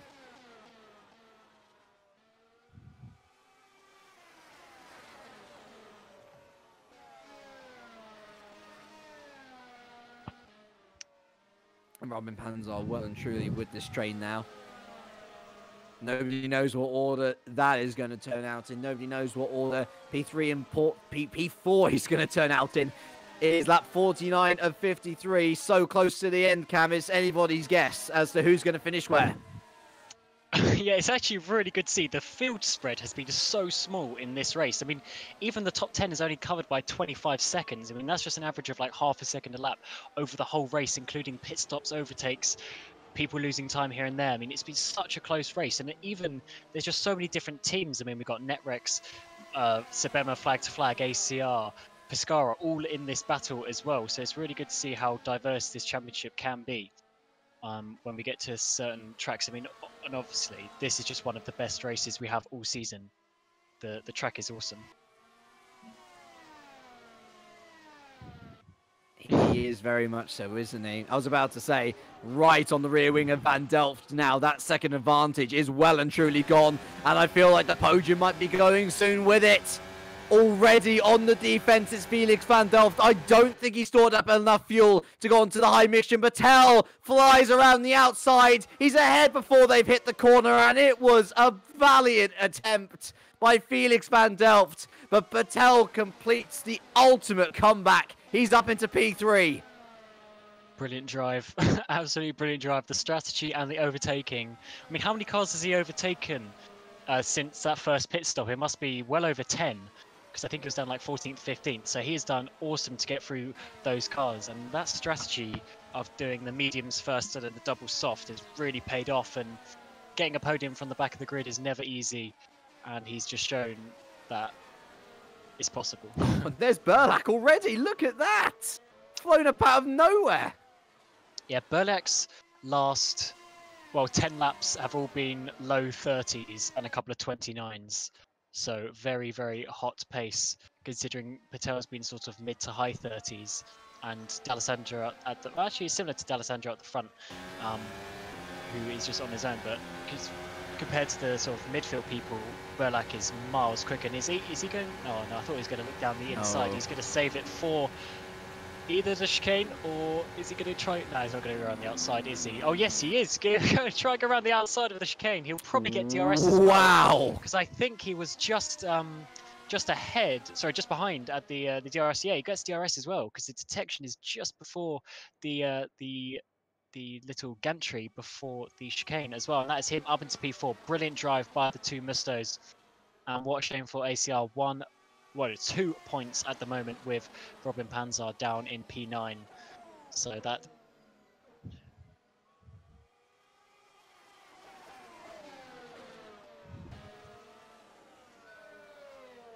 The prophecy came true. They did eventually come together on track. But yeah, it's I was going to say it's a shame for Van Delft, to be honest, because he was looking at his best finishing position, and now he only equals it because he finished P5 in the first race of the season. Either way, valiant effort as Lapala there manages to maintain onto that P12 and Paris is P13. Yeah, Lapala's probably a little bit angry after being manhandled a little bit by Bianca Lilla earlier on. So classic Finn just going out and doing the business on track up into P12. I think it was down into P17 or something after the spin, so that's not bad from him. And Martin Gosby, a little bit behind Mashuli, maybe opportunity for a point there as well. Ooh, I think we might have an opportunity for Heras to overtake Scrivens. Look at this, already on the defensive, going up to 130R. Magic trick of the century. Callas is still ahead. I don't know how, especially given how badly his tyres have worn. Into the Casio triangle, Heras goes for a little look. Scrivens holds ground, and again we fall to the same problem as we have lap after lap after lap. Everyone in this train gets DRS. It just requires Scrivens to simply overtake Callas. As here he goes, finally, contact finally, and Callas has done what Callas has done all year long. The pressure's gotten to him, and he is out of the points and gone, retired on the spot. Yeah, that was a heavy impact into the tire walls into turn 1, and yeah, he lost the rear end. I think there's a bit of contact with Dylan. Dylan went for a massive dive down the inside, and unfortunately that meant that Callas had a spin, and yeah, that's such a shame for him. I mean, he was on pole, and he clearly didn't have the pace to win, but he still could have got some nice points. And this has really opened up Dylan Scrivens now to see, can he defend when Callas is not in front of him? This would give Sergi a P6 finish, which is very good from a not so good qualifying session. Incredible.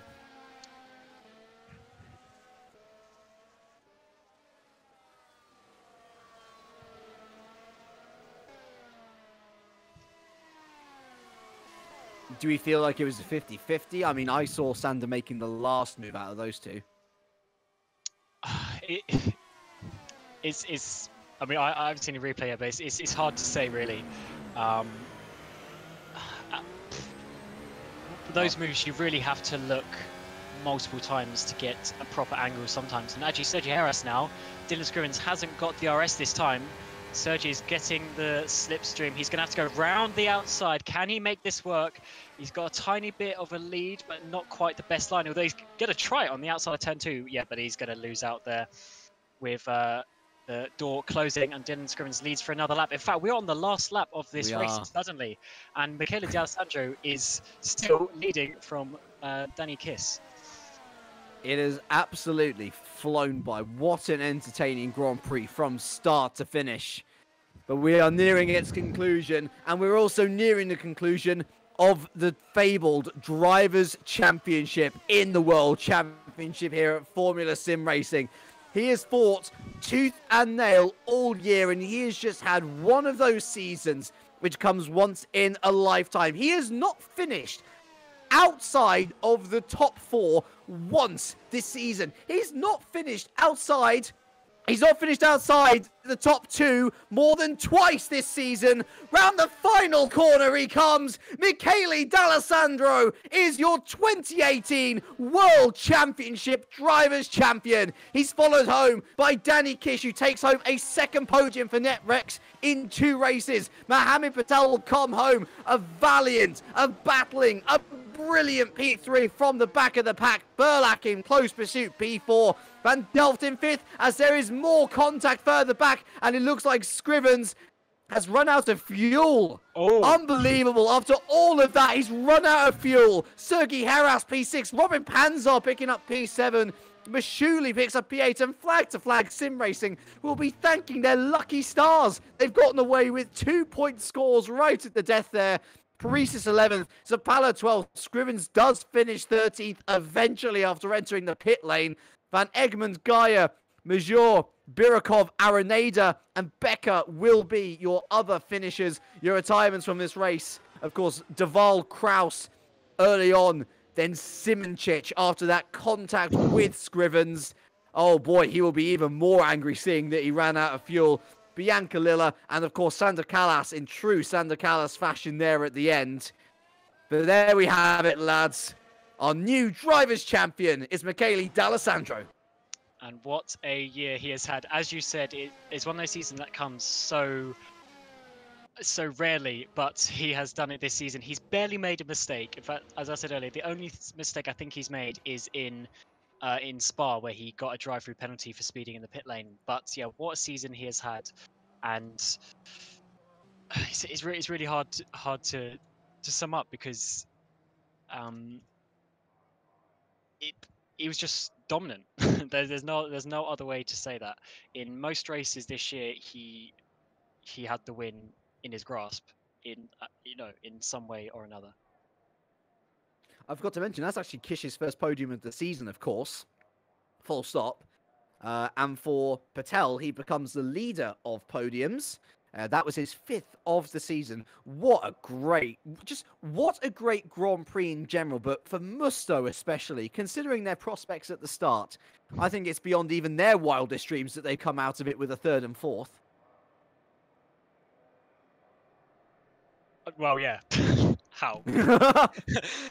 How? Yeah.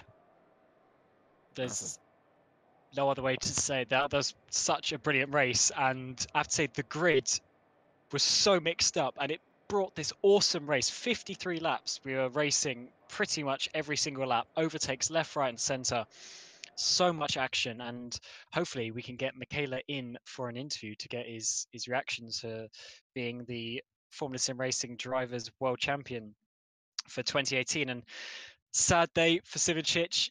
We do have to commiserate him. He did so much this season to try and get past D'Alessandro, and if Simoncic comes second this year, I think that's 3 years in a row he would come second, because I think last year and the year before he came second in Drivers' Championship as well. So that's going to be quite hard to take for Simoncic, I'm sure, crashing out halfway through this race.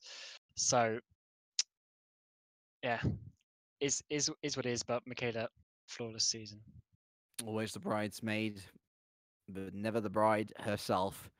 Simoncic will just have to... Huh? I'll say, so we have Mohammed Patel here. Yes. For an interview. Let's bring him in. Yeah, let us, because it is an interview well worth having. Moo, you're starting way down the order, way further down the order than you usually do.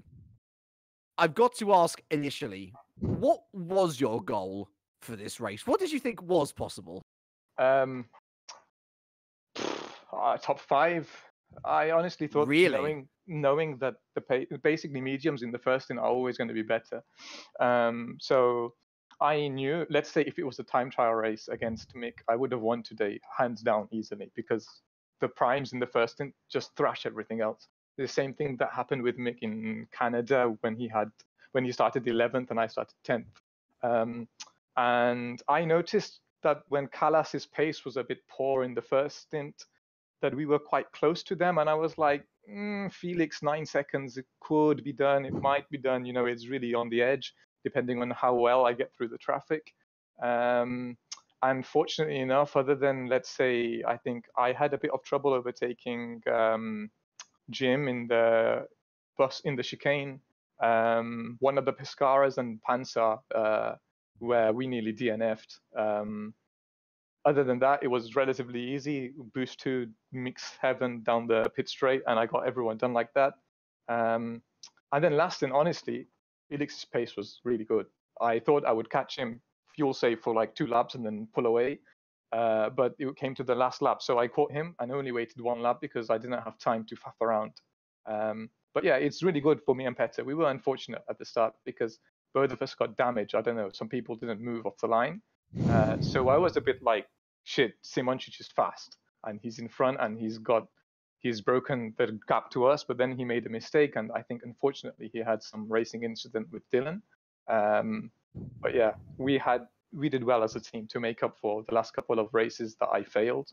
So it's nice to do a race where I've done 0 mistakes for once. Absolutely. Apologies, by the way. You did make 1 mistake there. Apologies if you're offended by the swearing that you just heard. But that aside, it also puts Musto in a fantastic position, Moo, because you've handily outscored ACR once again after a Singapore Grand Prix that offered you no points return. There's only 2 more rounds until the end of the season. Are you as confident as ever that you're going to be taking the team's title? We have a lot of hard work to do. We saw that at Singapore, ACR made some massive step with the setup. We don't really know exactly where they would have been here because Yerne made a mistake and then DNF'd. I think we would have been quite close because 2 laps more or less time to do on the softs is like probably a night and day difference, but he had maybe a 3-second lead. And well, we just have to make sure that we get the setup right at Kota, make no mistakes. It's nice to see that although ACR maybe tried to get Pansar up the field because Michi was too busy pedal pumping, we gained some points on them in the points. And also congratulations to Mick to win the World Championship this year. It's probably the best person to win if it's not you. So it's within the team, so I'm really happy for that. That is certainly a debate worth considering for you guys out there. Where would Simončić have been had he not made that mistake? Might the championship have continued onwards? We will never know. It's the beauty of what ifs. The beauty of Moo, of course, is that you've picked up another podium, so congratulations to you. And we'll move 1 step up the podium to Daniel Kish. It's his first of the season. It's 2 podiums in a row for NetRex. Have you guys just found something in the setup all of a sudden which gives you a brilliant boost or something? Because you didn't leave Michele D'Alessandro's rear wing. Well, yeah, first of all, congrats to Mick for being the world champion this year. Yeah, he was clearly the best. About the race, well, I was a bit lucky because, you know, everyone had penalties, so the top drivers had penalties, and then, you know, I just had to make sure to stick with Michele. But unfortunately ran out of fuel for the last stint, so couldn't really, you know, keep him behind, and he got me and then used his fuel advantage, and then flew away. And after that I was just managing the race to finish in P2. It's a weird feeling because, you know, it's my first podium this season, but I'm not entirely happy since I was quite close to winning the race. But yeah, I would take P2 for the rest of the races anyway. And I'm also a bit sad for Kalas. I saw him DNFing, so it would have been a better result for the team, but it's okay like this as well. Well, let's touch a little bit on that partnership, because of course Kalas is the reigning ace champion. The year before, you were ace champion yourself, so immediately there is a similarity between the two of you. How has it been working with him this season? Because he's really struggled to form, whereas you've almost been the complete opposite. You've been Mr. Consistency for this team. So yeah, he's great at, you know, making setups. He's always shared, you know, his fine tunings with the setup. Other than that, yeah, he's a great guy. I would love to work more with him in qualifying. As you could see today, what Musto did, they used more pretty well to put Mick on the front row and put Dylan in front of me. Probably we could do better in qualifying together, but other than that, I'm okay with him. So yeah, we have a good relationship. That's good to hear, and it's great to see both of you at least picking up a podium in this season. Will there be more to come? We'll obviously find out in due time. Congratulations on your second, Danny. And Thank you. Oh, pleasure. And well, all the pleasure, I think, apart from these two podium guys, is going to go to the man who finished the first, the man who is our brand new World Championship champion, Michele D'Alessandro. We were wondering whether you were just going to keep it safe, you keep the points. You knew that just finishing on the podium halfway through the race would guarantee you the championship, but no, you had to go and win that final race, and what style as well. Yeah. It was a tough race for me because I felt quite the pressure. I never been in contention for the title in the past year. I've done quite a lot of mistakes in the past season. I wasn't fast. I was fast. I was close to the top guys, but I was always doing mistakes. So it was an hard weekend for me. But yeah, the race went quite well. At the start, Callas had a good pace, but then his tires dropped a bit, and I was able to pass him. And after that, I've been able to set my pace for the entire first stint. I had some setup issues, but the pace was fine. And second and third stint for me was just every lap the same. It was I joined like a loop. For me, every lap was the same. I was doing very consistent times, and yeah, at the end it worked. I'm quite happy about today. You're quite happy about today. Saying you're quite happy about winning the World Championship. Be happy about it. It's an amazing occasion, and we've got 2 more races left. What are you going to do with yourself? Do you want to really hammer it home in style? I'm the new king around here, or are you actually just going to lay back a little bit and enjoy the final races while you still can? I cannot really give up because we have a constructor to win at the moment, so we cannot stop. It's still 2 races to do. Yeah, personally for myself, I don't need results anymore this season. But for the team, I need to help them develop the setup or do racing strategies, and in the race as well. Be useful as much as I can without being unfair to the teams. But I think today Mu and Peta, even if they had huge head damage, they did very, very well to reach the top P3 and P4. They did awesomely. They put the championship in a good position at the moment for now. Well, all-round good guy, team player, well-deserving drivers champion. Michele D'Alessandro, congratulations, and I guess we'll see you out next time in the US. Yeah, what I want to say is that I would like to thank Mohamed Patel, Peter Briljak, and all the other guys of the team, because without them this year I wouldn't have won for sure. They helped me with setup. They always helped with driving. We worked together very well, and this title most of it is because of them. Without them, most probably I wouldn't have won this season. It's very kind of you to share the thoughts and to share the love, honestly. It is, of course, a team game at the end of the day, and it's good to have some friends to back you up. And, well, we certainly hope that we've made friends of you in the audience. I mean, that was an amazing Grand Prix to watch, was it not?